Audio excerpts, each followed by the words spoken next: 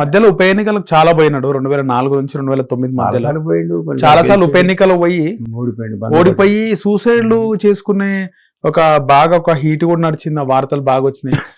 తెలంగాణ భవన్ లో ఈటల రాజేందర్ వీళ్ళందరూ సూసైడ్ చేసుకుంటుండే కేసీఆర్ కొన్ని వార్తలు వచ్చినాయి. పార్టీ ఇదైతుంది హరీష్ రావు కిరసనాలు పూసుకొని అగిపెట్టి దొరకనట్టే ఉంటుంది. ఆ ఉద్యమం పేరు మీద కేసీఆర్ స్పీచ్లు విని హరీష్ రావు యొక్క స్పిరిట్ తో 1200 పోరాలు తెచ్చిపోయారు. ఒక్క నెత్తురు చుక్క రాలకుండా తెలంగాణ దేశాన్ని తెచ్చిండా 1200 చచ్చిపోయారు. 1200 కాబట్టి 600 చచ్చిపోయారా లేదా? ఎంతమంది మనం చూడంగా అన్నిటికీ ఆ చావులకు వీళ్ళే కారణం. హరీష్ కావచ్చు, కేసీఆర్ కావచ్చు, కేటీఆర్ వాళ్ళ స్పీచ్లే కారణం. ఆ రకంగాను పొద్దుపచ్చి ఎవరు చచ్చిపోయారు? 99% ఎస్సీ ఎస్టీ బీసీ సోదరులే. అవును, ఒక్క ప్రకాశుడు చావలే. అంటే ఒకటి కాదని వేణుగోపాల్ కొంతమంది చనిపోయినారు. చనిపోయినా చెప్తున్నా, మెజారిటీ పర్సంటేజ్లో 90% ఎస్సీ ఎస్టీ బీసీలు చనిపోయారు. ఎగరేసిందంతా ఈ దూరాలు. ఆఖరికి అధికారం వస్తే ఎడిపోయినారు చచ్చిపోయిన కుటుంబాలు వాళ్ళు. కవిత అంటుంది కదా సార్, నేను ఉద్యమకారులకి కుటుంబాలకి కానీ ఉద్యమకారులకు ఒక్కొక్కరికి 10 లక్షలు ఇద్దామని చెప్పినా వినలేదు కేసీఆర్ అని చెప్పుండొచ్చు. ఎంతో మంది అడిగినాం ఏంటి సార్ అని. మరి 10 years ఇవ్వాలి కదా. నేనైతే అప్పుడు అధికారానికి దగ్గర లేను, ఉన్నది ఈమెనే. అంత అవినీతి నడిచింది 10 సంవత్సరాలు అంటుంది. అవినీతి జరిగింది. ఇప్పుడు ఈమె చెప్తుంది, మనం చెప్తేనే ఇప్పుడు వినలే. ఇప్పుడు ఆమె ఐఎస్ఐ సర్టిఫికేట్ ఎక్కువ ఉంది. మీరు ఒకటి గమనిస్తే కవిత మండలిలో మాట్లాడుతుంటే పొంగులేటి శ్రీనివాస్ రెడ్డి, బట్టి విక్రమార్క, కోమటిరెడ్డి, పొన్నం ప్రభాకర్ కళ్ళార్పకుండా చూస్తున్నారు. తీర్మానం అవకాశం కదా. బీఆర్ఎస్ నిలుపుకుంటే సంతోషమే కదా. ఏమైనా బీఆర్ఎస్ ఉంటే ప్రొటెస్ట్ చేసు, వాళ్ళని తీసి అవతల పారేసిరి ఏమో దాచుకునే బీఆర్ఎస్ నిలుపుడే కార్యక్రమం రాజీనామా ఏమో కానీ అది అఫీషియల్ గా రికార్డులకు వెళ్ళిపోయింది. అది ఐ రియల్లీ డోంట్ నో ఆమె ప్రవర్తన ఏందో. మరి అన్ని రోజులు ఆగిపోయి సడన్ గా పోయి మాట్లాడేందో, ఆ రోజు రాజీనామా యాక్సెప్ట్ చేయమని అనడం ఏందో. ఎప్పుడో ఇచ్చింది 3 నెలలు 4 నెలలు అప్పుడే యాక్సెప్ట్ సెప్టెంబర్లో ఇచ్చింది. మరి అప్పుడు అడగకుండా ఇప్పుడు చేయాలి. ఆ టైంలో ఆమె చెప్పిన మాటలన్నీ వాస్తవమేనా సార్? కవిత చెప్పిన మాటలన్నీ కరెక్ట్. నార్మల్ శాసన మండలిలో ఆమె ఏడవడం అన్నది ఏమి కష్టం వచ్చింది? ఏడుస్తారు దేనికి ఏడుపు? సహజంగా ఎవరికైనా వదులుకుంటున్నాం ఏడిపోతున్నాం అంటే ఆ సభ వదిలేస్తున్నాం అంటే ఎవరికైనా ఏడుపు వస్తుంది. చివరి రోజుల్లో నాకు సన్మానం చేశారు. చివరి రోజు డిప్యూటీ స్పీకర్ కాడ నేను పెట్టుకున్నాడు. అది నేను పెట్టుకోవాలి, నువ్వు ఎందుకు పెట్టుకుంటే అన్నా నువ్వు రేపు నుంచి రావంటే నాకు బాధిస్తుంది అన్నాడు. ఎవరు? మన పద్మారావు.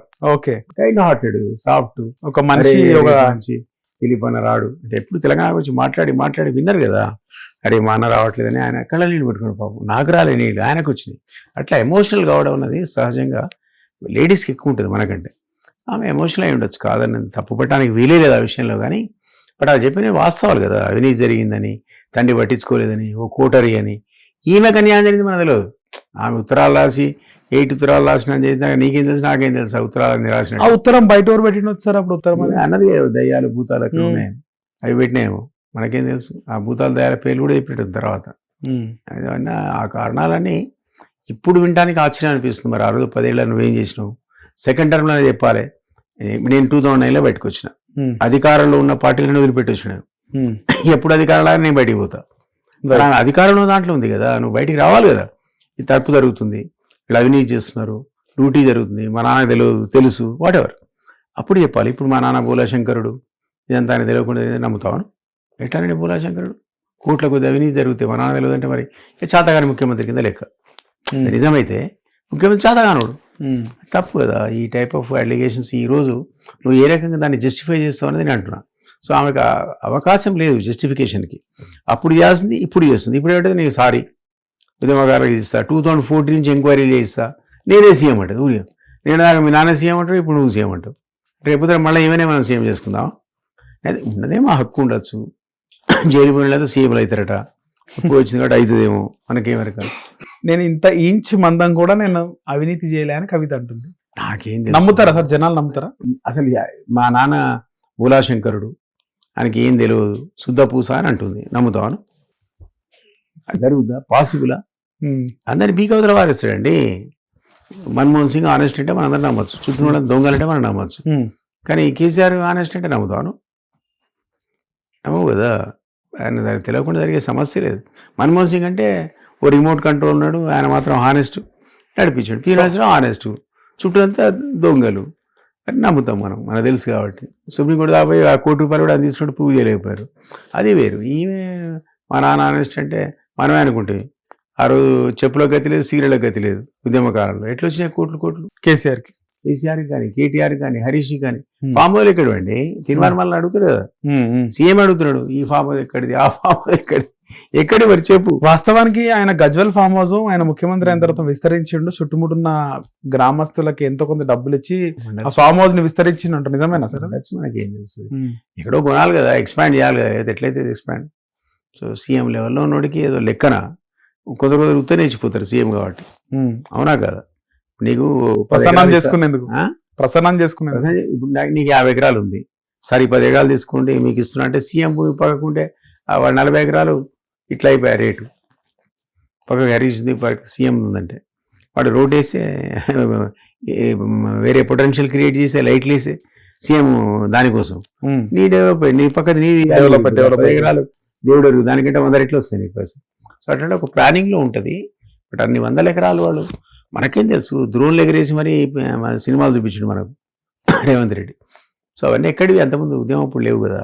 సో సహజంగా ప్రజలు అడుగుతారు కదా ఎక్కడివి నీకని. సో అవినీతి విషయంలో ఆ అమ్మాయి చెప్పేది 100% కరెక్టు, వాళ్ళ నాన్నకు తెలియదు అనడం 100% తప్పు. ఈమె అవినీతి చేసిందా చేయలేదంటే నేను కామెంట్ చేయాలి, తెలియదు. ఆ అమ్మాయి చెప్తుంది, నువ్వు చెప్తుంది ఆమె ఇట్లా ప్రమాణం చేసింది, పిల్లల మీద ప్రమాణం చేసింది, రూపాయి తెలియలేదేమో, మనకేం తెలుస్తుంది. మనం part and parcel of that. Liquor scam ఏమంటారు సార్? కవిత లిక్కర్ స్కామ్ ఏమో కడిగిన ముత్యంలా బయటకు వస్తాను కేసీఆర్ స్టేట్మెంట్ ఇచ్చాడు.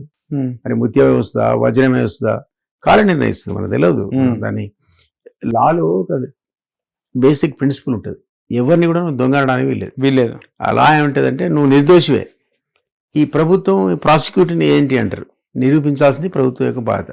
ప్రభుత్వం కనుక నేను దొంగ అని తగిన ఆధారాలని సమర్పించాలి. అప్పుడు జడ్జి చూసి ఓహో నువ్వు దొంగ అంటాడు. అప్పటిదాకా నువ్వు నిర్దోషివే. ఎంత ప్రాసిక్యూషన్ వేసి పోలీసులు నువ్వు దొంగన యాక్సెప్ట్ చేయదు న్యాయస్థానం. అట్లనే రేపు కవిత ఆమె ఇన్వెస్టిగేషన్ కంప్లీట్ అయ్యేంత వరకు ఆమెకు ఉందో లేదో నువ్వు చెప్పలేవు వాటా. నేనేది ఓకే. కానీ కవిత మాట్లాడిన తీరు చూస్తుంటే నిజంగా కవిత అన్యాయానికి గురైందా అని చాలా మంది మాట్లాడుకుంటున్నారు పార్టీలో ఉన్నప్పుడు. ఇప్పుడు అనిపిస్తుంది అందరికి, ఏడుస్తుంది పాపం, చెప్తుంది నన్ను దూరం పెట్టిండ్రు, నన్ను ఏ నిర్ణయంలో భాగస్వామ్యం చేయలేదు, చుట్టూ కోటరీ మోపైంది, నన్ను కలవని కూడా కనిపిస్తలేరు. నిజమే కావచ్చు. మీరు ఎప్పుడైనా పోయినారా సార్ ఫామ్ హౌస్ లో? కానీ ముఖ్యమంత్రి అయిన తర్వాత ఆయన దగ్గర ఆయన తిట్లు తిని బయటికి పోయినాక నమస్కారం పెట్టి ఆయన ముఖం చూడలే, ఆయన కలవడం. అంటే ఆయన ఎంబడున్న వాళ్ళు రామ్మల్ నాయక్ గారు కానీ ఇటు చాలా మంది ఉన్నారు కదా, పోయింది.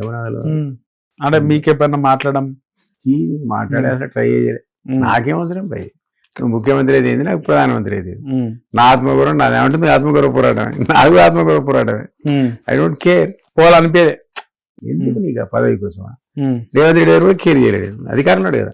లేరా కాంగ్రెస్ లో లేరా మీరు? ఇప్పుడు పోయి 4 రోజులు నిలబడడానికి 4 రోజులు వరుస పెట్టి నమస్తే సార్ నమస్తే సార్ అంటే ఇస్తాడే నాకు కూడా చైర్మన్. నువ్వు కేర్స్ అంటా నేను నాకున్న లిబర్టీ కాంగ్రెస్ లో పోయినారు. మళ్ళీ ఎప్పుడు బయటకు వచ్చినారు మీరు? 1.5 year ఉన్నా.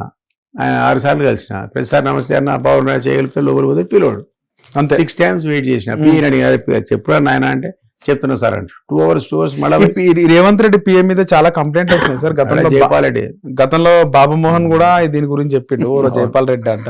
మీరు కూడా పోతే అపాయింట్మెంట్ జైపాల్ రెడ్డి నీ ఎంత ఉద్యమకారుని, 69 ఉద్యమంలో పార్టిసిపేట్ చేసిన, మలిదేశ ఉద్యమంలో పార్టీ చేసిన, ఫారెస్ట్ ఆఫీసర్ ఇంతమంది దగ్గర పిఎస్ చేసిన. మర్యాదగా లోపల పోయి చెప్పాలి. ఆల్రెడీ ఎవడు రానిచ్చింది అంటాడు, పిలవడి అంటాడు, మనకి ఛార్జ్ షీట్ ఇస్తా అంటాడు జైపాల్ రెడ్డి. ఛార్జ్ షీట్ ఇచ్చేది ఎందుకు సార్? ఎందుకు ఆ విధంగా? ఆ రూమ్ కట్ట రావద్దట, ఎక్స్ఎమ్మెల్యే ఎమ్మెల్యేలే రావాలట, పవర్ లోనే. ఆయన చెప్తేనే లోపల అపాయింట్మెంట్ అట ఉండొచ్చు. రేవంత్ రెడ్డి పరిస్థితి ఉంది.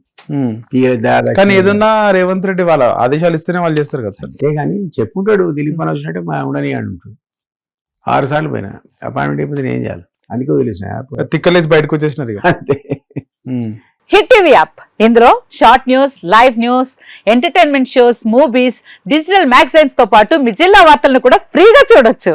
ఇంకెందుకు ఆలస్యం, వెంటనే హిట్ టీవీ యాప్ ని డౌన్లోడ్ చేసుకుని ఫ్రీగా ఎంటర్టైన్మెంట్ పొందండి. Hit TV app. Hit TV app. Please download hit TV app. Hit TV app ని ఫ్రీగా డౌన్లోడ్ చేసుకుని ఎంజాయ్ చేయండి. మీకు నచ్చిన ఎంటర్టైన్మెంట్ కోసం హిట్ టీవీ యాప్ ని ఫ్రీగా డౌన్లోడ్ చేసుకుని ఎంజాయ్ చేయండి. హిట్ టీవీ యాప్ ని డౌన్లోడ్ చేసుకుని ఆస్వాదించండి, ఆశీర్వదించండి. ఇంతమంది సెలబ్రిటీలు హిట్ టీవీ యాప్ ని డౌన్లోడ్ చేసుకోండి అని చెప్తున్నారంటే ఎంత మంచి యాప్ ఆలోచించండి.